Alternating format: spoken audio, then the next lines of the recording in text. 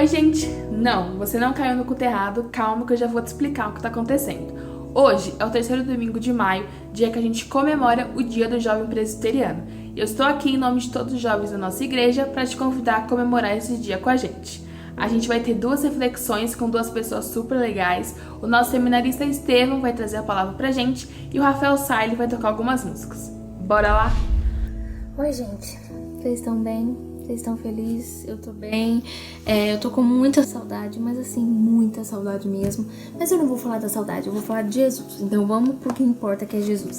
E pra falar de Jesus, eu poderia usar qualquer texto que tá aqui. De Gênesis a Apocalipse, eu poderia usar qualquer um, porque tudo aponta pra ele, mas eu quero falar sobre Isaías 53.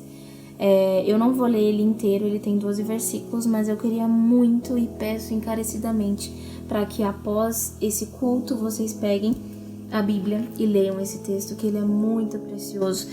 E eu quero ler o versículo 5 e 6, que diz o seguinte: mas ele foi ferido por causa da nossa rebeldia e esmagado por causa dos nossos pecados. Sofreu o castigo para que fôssemos restaurados e recebeu açoites para que fôssemos curados.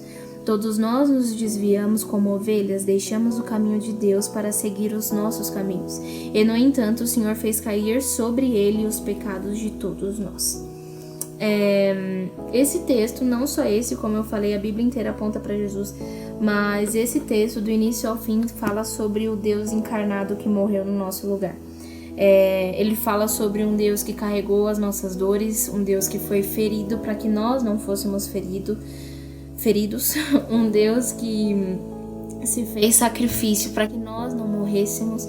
Então, é um Deus que é muito grande. Só alguém grande o suficiente pode se fazer pequeno para morrer no nosso lugar.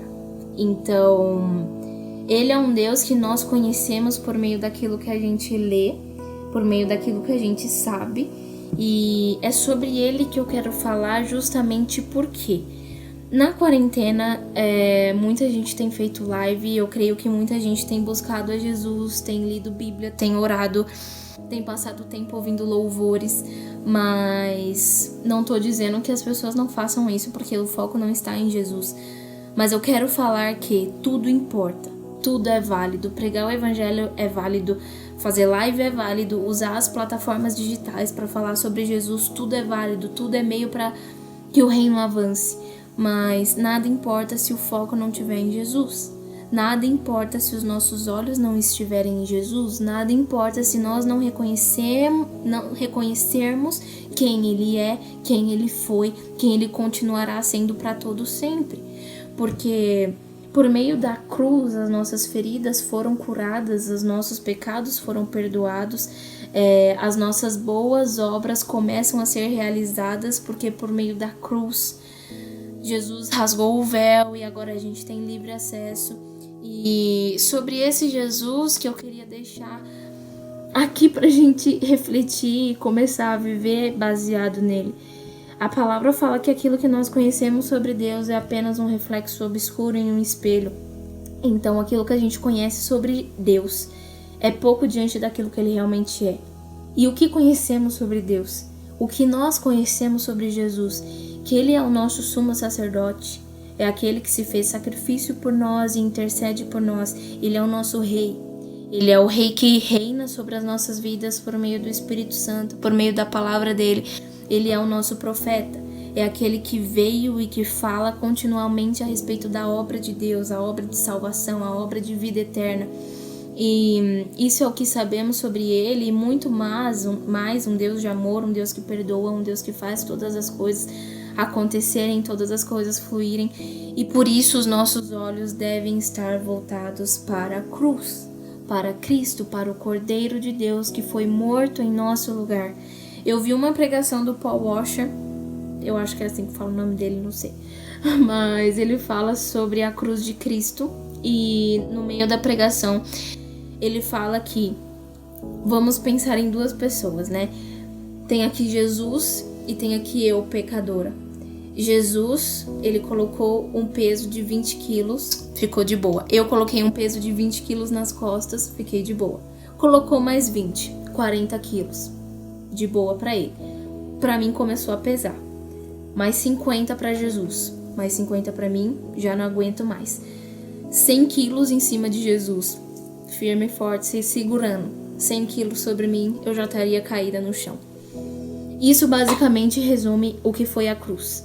Todo o peso que nós não conseguimos carregar, todo o peso que nós não conseguiríamos carregar, o peso do nosso pecado, Jesus tomou sobre si. Todo esse peso, como humano, ele tomou sobre si todas as coisas e morreu morte de cruz. Eu não estou dizendo que Jesus ele não sofreu porque ele era divino, porque ele era Deus e não sentiu peso. Não, ele era humano. Jesus ele é divino, mas ele se fez carne, ele se fez homem e ele carregou todo o peso que nós não conseguiríamos carregar.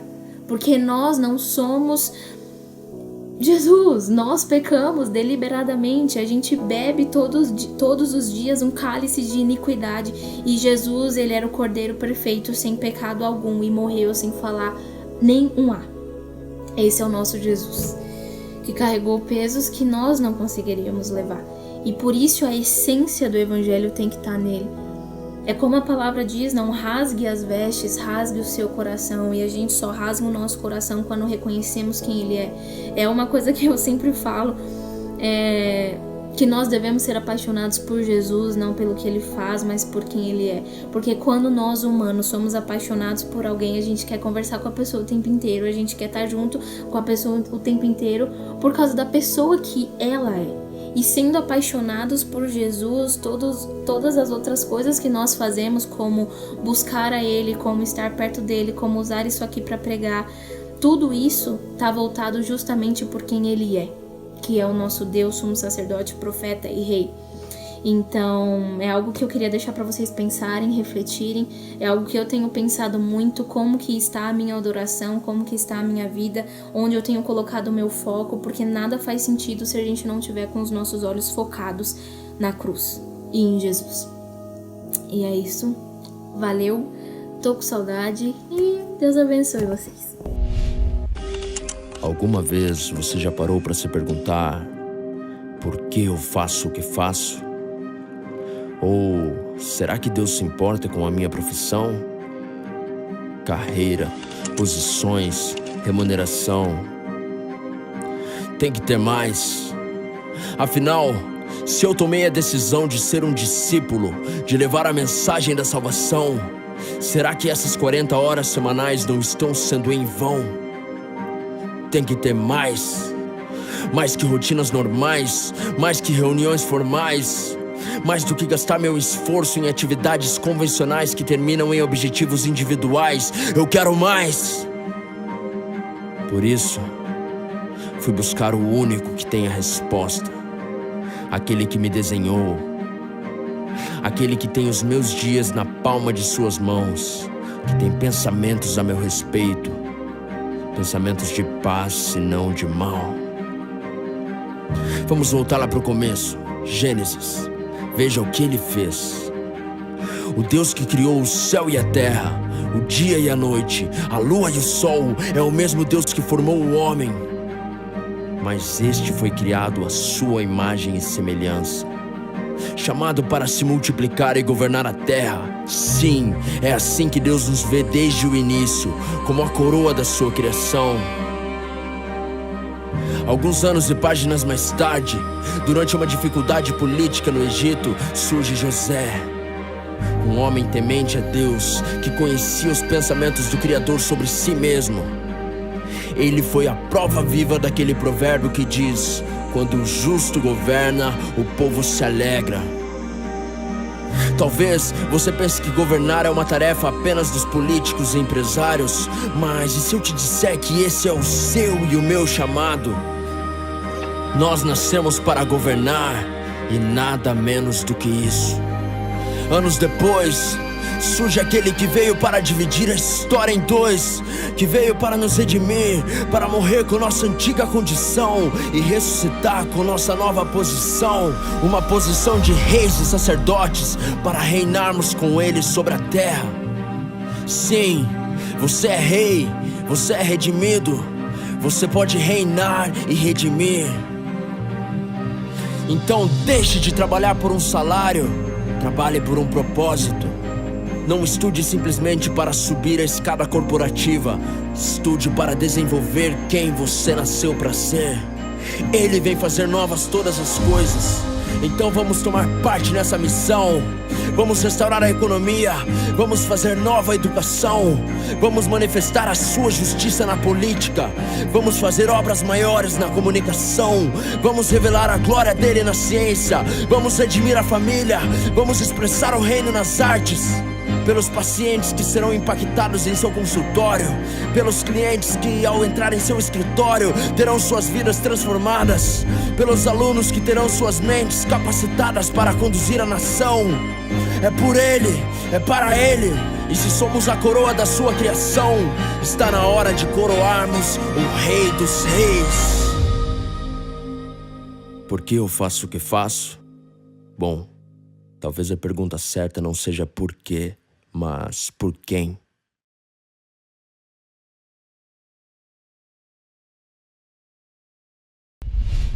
Fala galera, beleza? Como vocês estão? Como você aí que está do outro lado da telinha, como você está? Espero que você esteja se cuidando. Se você pode, fique em casa, se cuide, se previna o máximo que possível para isso tudo acabar de uma vez e a gente possa estar junto novamente. Tô com muita saudade do pessoal, de vocês e é isso. Espero que isso acabe logo pra gente estar junto. Bom, vou trazer algumas músicas aqui, vamos continuar nosso culto. Então vamos louvar a Deus juntos. Espero que eu não esteja cantando sozinho, mas que você me acompanhe nessa, tá? Eu vou cantar algumas músicas e cante junto, tá bom? Aí na sua casa mesmo.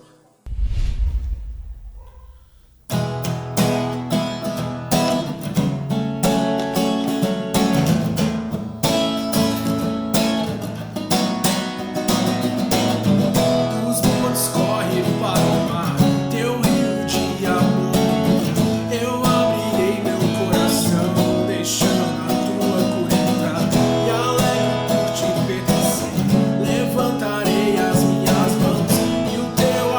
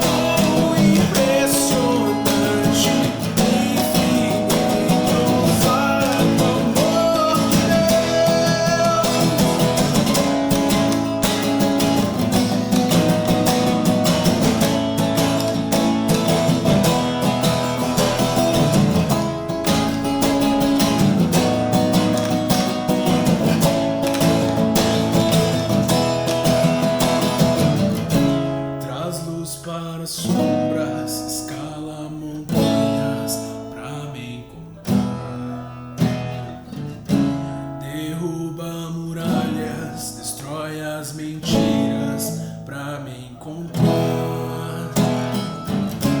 Traz luz para as sombras, escala montanhas pra me encontrar. Derruba muralhas, destrói as mentiras pra me encontrar. Traz luz para as sombras, escala montanhas pra me encontrar. Derruba muralhas, destrói as mentiras pra me encontrar. Traz luz para as sombras, escala montanhas pra me encontrar. Derruba muralhas, destrói as mentiras pra me encontrar. Oh, impressionante, infinito e ousado amor. Oh, que encha as 99 só pra me encontrar. Posso buscá-lo, nem merecê-lo, mesmo assim se encontrou. Oh, impressionante, infinito, ousado amor de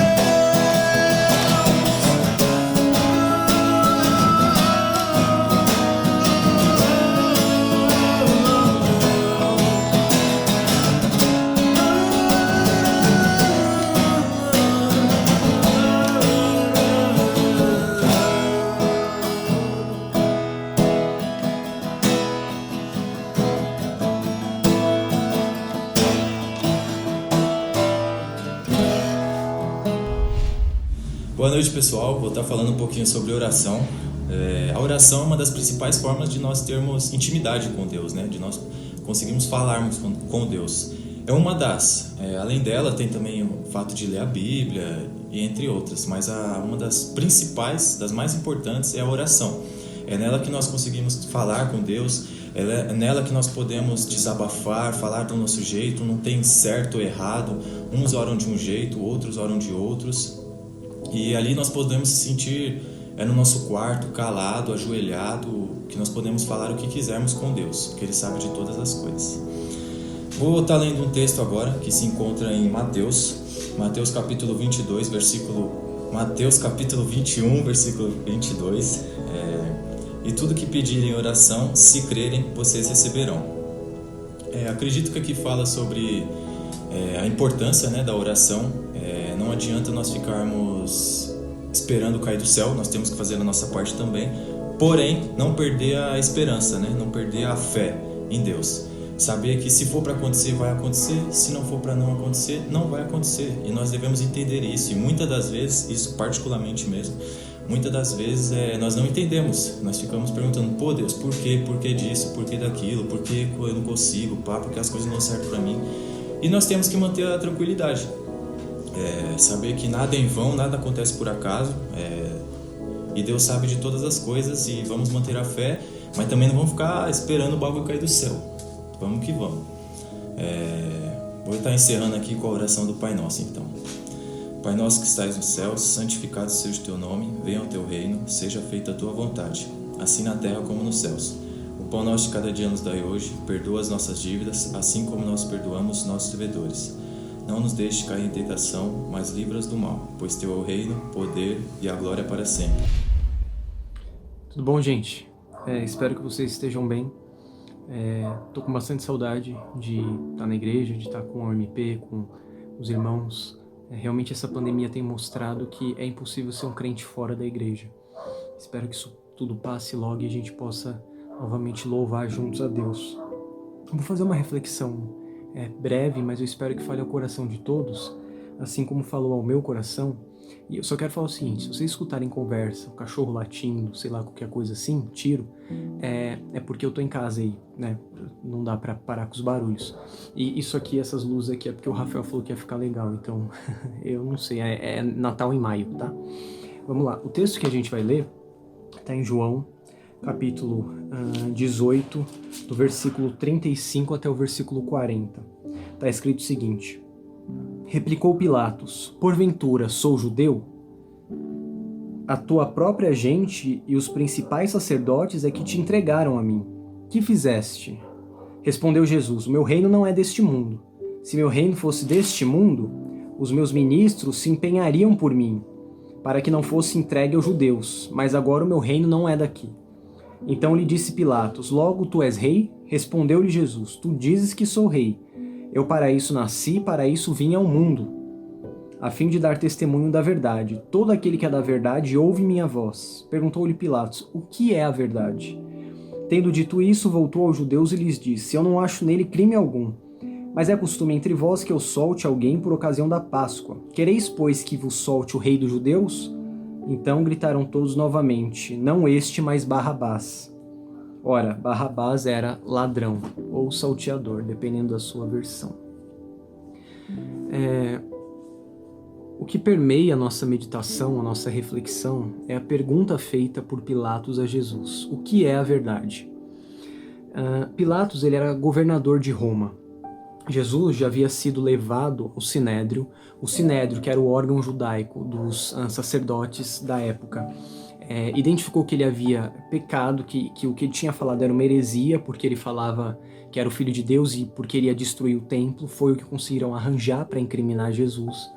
E Jesus chega diante de Pilatos, como sendo o governador de Roma, para ser condenado à morte, porque os judeus não tinham o poder de condenar ninguém à morte. E Pilatos fala: olha, eu não sou judeu, não tenho nada a ver com isso, o que você fez? Aí Jesus fala: o meu reino não é desse mundo.